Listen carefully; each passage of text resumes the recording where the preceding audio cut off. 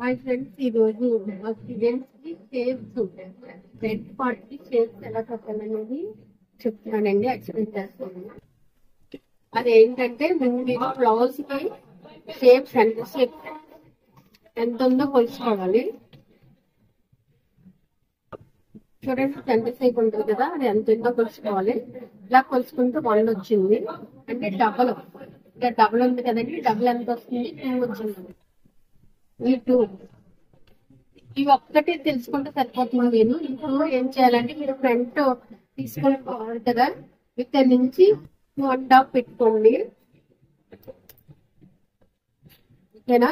ఈ చివరి నుంచి 2.5 మార్కింగ్ పెట్టింది. తర్వాత ఇక్కడ నుంచి 2 పెట్టుకోవాలి. సెంటర్ లో 1 అనమాట. అంటే ఇటు 1 నుంచి ఇటు 1 నుంచి రావాలి. మీరు అలా మార్కింగ్ పెట్టిన తర్వాత ఇలా సెంటర్ లో టేప్ పెట్టుకుని కరెక్ట్ గా సెంటర్ రావాలండి. పొడవు 2 వచ్చింది కదా, పొడవు కూడా 2 పెట్టు. ఓకేనా?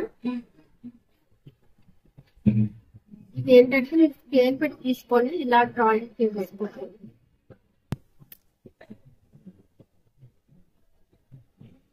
ఇలా రావాలి.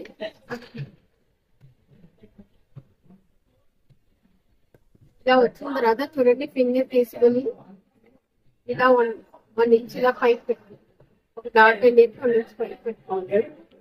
తర్వాత సైడ్ కి ఇలా చూడండి, ఇలా సైడ్ పెట్టి కరెక్ట్ గా 1 ఇంచ్.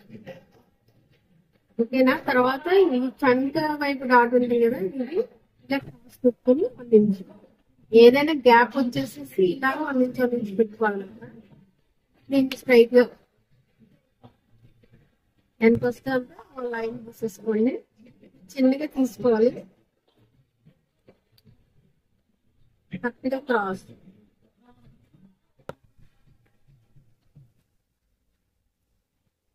దీన్ని షేప్ పెట్టుకోవడం. ఇలా వచ్చి ఇది ట్రయాంగిల్ షేప్ లో రావాలన్నమాట. ఇలా ఎప్పుడైతే వచ్చిందో మీకు పప్పు అనేది నిలబడుతుంది అనమాట. ఇలా కరెక్ట్ గా షేప్ అనేది పప్పు షేప్ అనేది కరెక్ట్ గా వస్తుంది. ఆ విధంగా పెట్టుకున్నట్లయితే మీకు పప్పు షేప్ అనేది కరెక్ట్ గా వస్తుందండి. డాట్స్ అన్ని అంటే ఎవరికైనా అంటే షోల్డర్ 5 ఇంచెస్ వచ్చిన మాత్రమే ఈ డాట్స్ అనేది వర్తిస్తాం. వీడియో నచ్చినట్లయితే లైక్ చేయండి, షేర్ చేయండి, సబ్స్క్రైబ్ చేసుకోండి. Tawakkal fashion designing tailoring coaching centre అండి, మార్కండ్ రాజపేట, తుని.